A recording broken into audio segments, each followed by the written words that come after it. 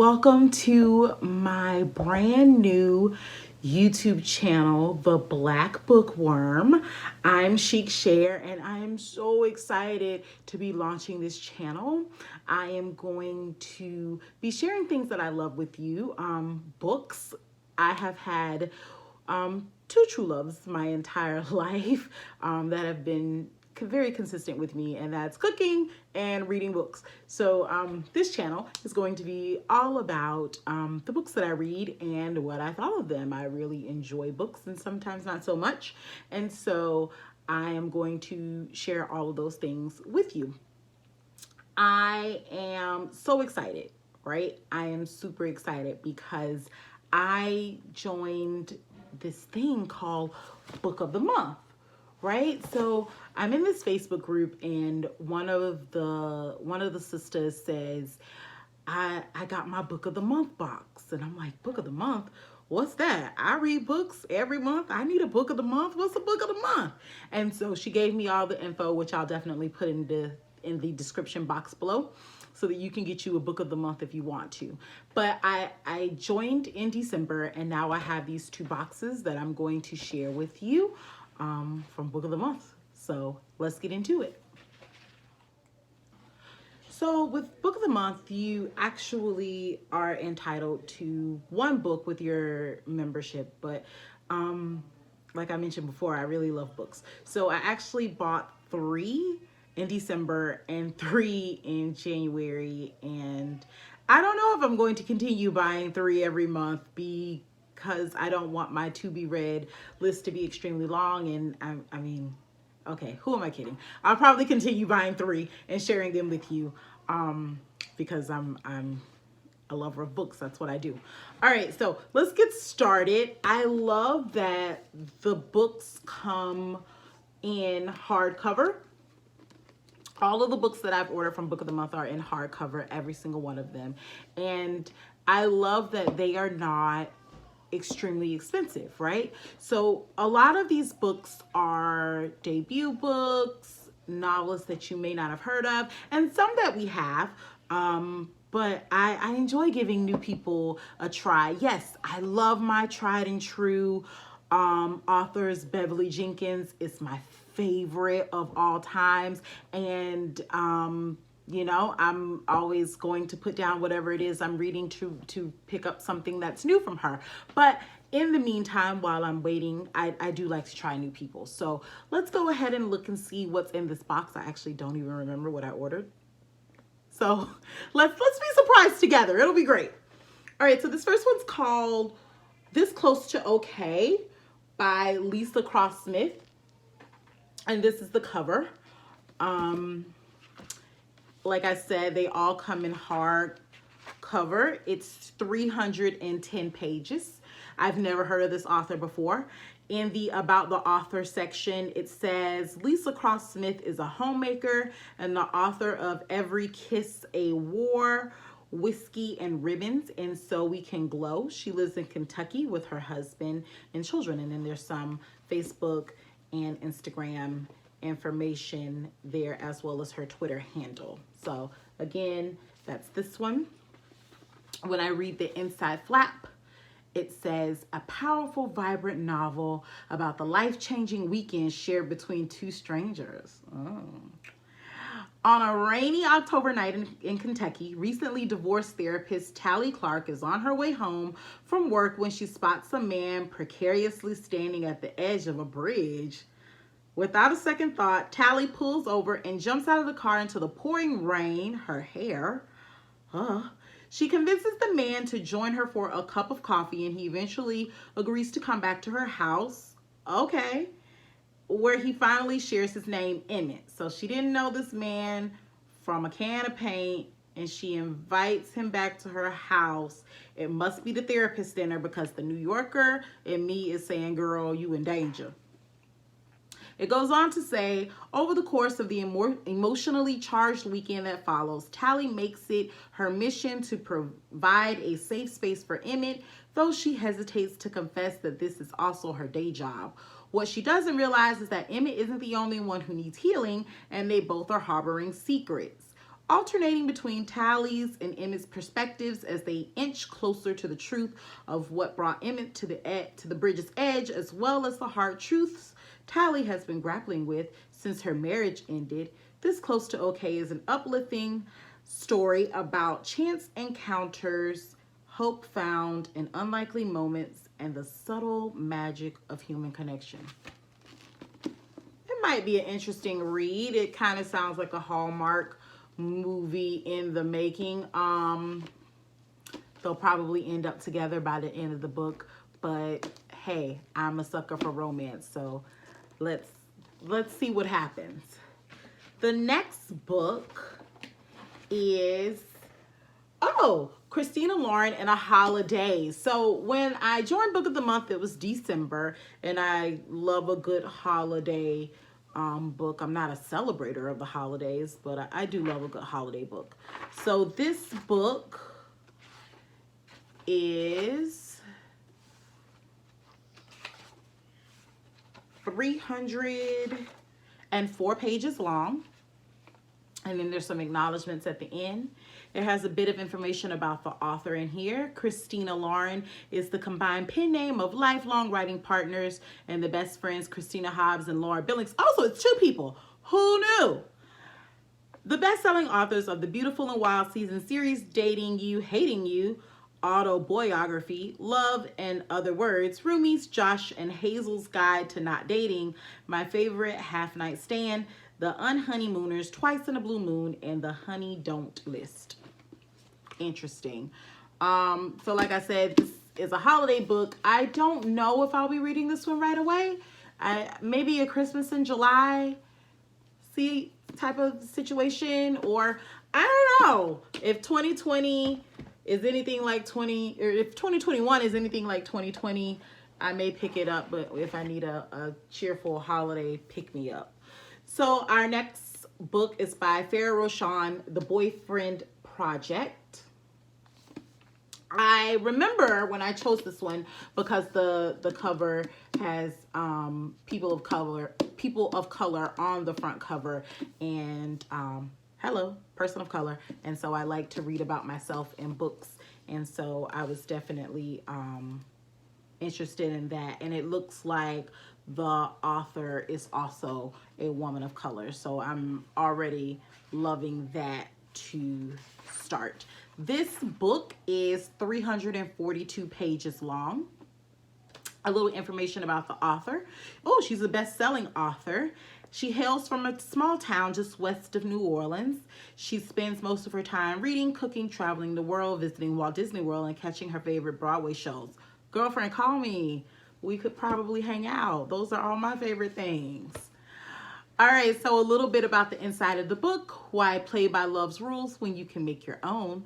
Samaya Brooks never thought she would be that girl, but a live tweet of a horrific date just revealed the painful truth. She's been catfished by a three-timing jerk of a boyfriend. Suddenly, Samaya, along with his two other girlfriends, London and Taylor, have gone viral online. Now the three new besties are making a pact to spend the next 6 months investing in themselves. No men, no dating. For once, Samaya is putting herself first, and that includes finally developing the app she's always dreamed of creating, which is the exact moment she meets the deliciously sexy Daniel Collins at work. What are the chances? But is Daniel really boyfriend material, or is he maybe just a little too good to be true? I think I'm going to start this one today. I can see why I purchased this one. It sounds like I need to be on this one immediately, and I will let you guys know how that turns out. I've never heard of any of these authors, and so I'm pretty excited to have some new people to hang out with. That's pretty cool. All right, so off to our fourth book. I am now in my January book of the month box, and this is by Sarah Desai, The Dating Plan. And that seems to be an interracial couple there on the front of the book, and it's in purple, which is my favorite, and it's just a very pretty book to be honest. Extremely pretty. All right, so a little bit about the author. Sarah Dezay has been a lawyer, radio DJ, marathon runner, historian, bouncer, and librarian. She's done it all. She lives on Vancouver Island with her husband, kids, and an assortment of forest creatures who think they are pets. Sarah writes sexy romantic comedy and contemporary romance with a multicultural twist. When not laughing at her own jokes, Sarah can be found eating nachos. Oh, this reminds me of when I was in college and I discovered Red Dress Ink books. Y'all remember Red Dress Ink books? They used to be fun, witty girls who, very strong female lead characters who were just trying to make their way through life. And that sounds kind of like one of these books. I really love those. I wonder if Red Dress Ink is still a thing. Let me look into that. I used to love those books. Anyway, a little bit about the book. Daisy Patel is a software engineer who understands list and logic better than bosses and boyfriends. With her life all planned out and no interest in love, the thing she can't give her family is the marriage they expect. Girl. Left with few options, she asked her childhood crush to be her decoy fiance. Didn't Lifetime have a movie about that once upon a time? Probably. I believe my mama watched it. Anyway, Liam Murphy is a venture capitalist. What does that mean, a venture capitalist? What does he do? Is he like a stockbroker? I'll look it up later. A venture capitalist with something to prove. When he learns that his inheritance is contingent on being married, oh, he rich. He realizes his best friend's little sister has the perfect solution to his problem. A marriage of convenience will get Daisy's matchmaking relatives off her back and fulfill the terms of his late grandfather's will. If only he hadn't broken her tender teenage heart 10 years ago. Oh. Sparks fly when Daisy and Lim go on a series of dates to legitimize their fake relationship. Too late, they realize that very little is convenient about their arrangement. History and chemistry aren't about to follow the rules of this engagement. I feel like Bridgerton, right? So it wasn't that like kind of the plot. They were fake dating, and I'll read it eventually. I don't know if it's at the top of my list, but I'll get to it. All right, Jane Igaru, Ties That Tether. This is another very pretty book. It reminds me of my African fabric that I love to wrap my hair with, and it's gorgeous. It's a gorgeous book. I've never heard of this author either. She is a Nigerian woman who immigrated to Canada at the age of 12. She has a journalism degree from the University of Toronto and works as a communications specialist in Ontario, Canada. When she isn't writing, she's watching Homecoming for the 100th time and trying to match Beyonce's vocals to no avail. Confession, I haven't watched Homecoming. I'm not even quite sure what it's about. I did go to a HBCU, so I know what Homecoming is. I enjoy Homecoming. Shout out to FAMU. But I'm not quite sure about Beyonce's Homecoming. Maybe I need to. Is it any good? Y'all tell me in the comments. Where can I watch it? It's on Netflix? Maybe. We'll see. I'm more of a book reader. We'll see. Maybe. All right, this book is 306 pages long with some acknowledgments in the end. And, this sounds like it's going to be a good one. At 12 years old, Azir promised her dying father she would marry a Nigerian man and preserve her culture, even after immigrating to Canada. Her mother has been vigilant about forcing her to stay within a Nigerian dating pool ever since. But when another match made by mom goes wrong, Azir ends up at a bar enjoying the company and later sharing the bed of Rafael Castellano, a man who is tall, handsome, and white. Interesting. When their one-night stand unexpectedly evolves into something serious, Azir is caught between her feelings for Raphael and the compulsive need to please her mother. Ooh, those families will have you caught up, honey. Soon, Azir can't help wondering if loving Raphael makes her any less of a Nigerian. Can she be with him without compromising her identity? The answer will either cause Azir to be audacious and fight for her happiness, or continue to be the compliant daughter. That sounds good. And again, it's a gorgeous book. That's what she looks like, just there. And yeah, that's high up on my list. Maybe after the Boyfriend Project, I'll jump into that one. That's pretty high. And my final book, another gorgeous one, The Girl with the Louding Voice, a novel by Abi Dare. And oh, look at her shirt, y'all. Isn't that gorgeous? She is beautiful. I am loving her whole vibe. All right, so she grew up in Lagos, Nigeria before moving to the UK more than 18 years ago. She holds degrees in law, project management, and creative writing, and now lives in Essex with her husband and two daughters who inspire her to write her debut novel. Very good. And it's 366 pages. Let's see what it's about. All you have are your words.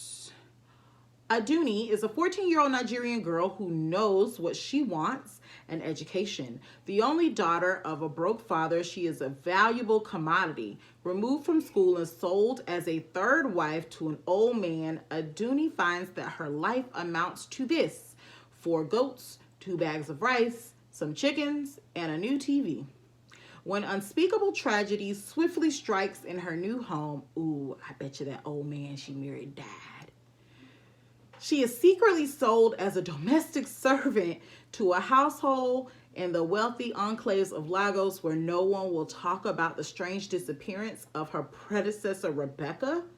No one but Aduni. What is going on here?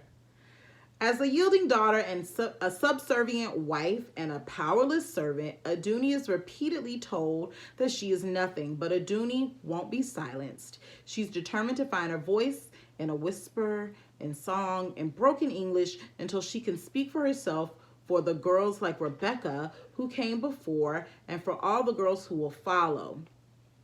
Featuring a remarkable, unforgettable heroine, Abi Dare's incredible debut novel is a heartbreaking coming-of-age story that vividly captures a young woman's courageous struggle for the right to choose her own future.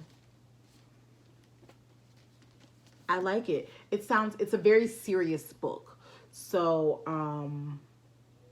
maybe I'll put it in between the Boyfriend Project and Ties That Tether, because I'll need to follow that up with something not so serious, because it sounds heavy. So, but again, it's a very beautiful cover. And as a teacher, you know, of course, I love reading about girls and education and all of that good stuff. So I'm really excited about these choices, guys. Which ones are you excited about? Are you going to read them? Go ahead and log into Book of the Month and see if you can find them, or Amazon or wherever. But I'm going to leave the Book of the Month information in the description box, because it's just pretty cool for books to show up on my doorstep in these pandemical times. No one has time to be trying to go to a bookstore, although I kind of feel like people didn't really go to bookstores before the pandemic hit anyway. But definitely right now we don't really have the opportunity to frequent places unnecessarily. So having my books show up to my house in hardback and not through Amazon is amazing. I love that Book of the Month chooses some up and coming authors and they kind of couch them together and let me make my choices. So yeah, check it out. And I think that's it for this first video. Thanks for rocking with me. I wasn't quite sure what we were gonna do today, other than just kind of talk about the books and things that are exciting. I am looking forward to reading all these books. I'm looking forward to February in general. It's my birthday month, and as I mentioned earlier, Beverly Jenkins, Miss Bev, is my favorite author, and she has a new book coming out, which I'll probably talk about after I read it. It drops on the 9th of February, which is right after my birthday on the 7th. And so I will probably seclude myself that entire Saturday and consume that book way too quickly and then be sad. But that's that. Thank you for joining me, Chic Share, on the Black Bookworm, and I will see you next time. Bye.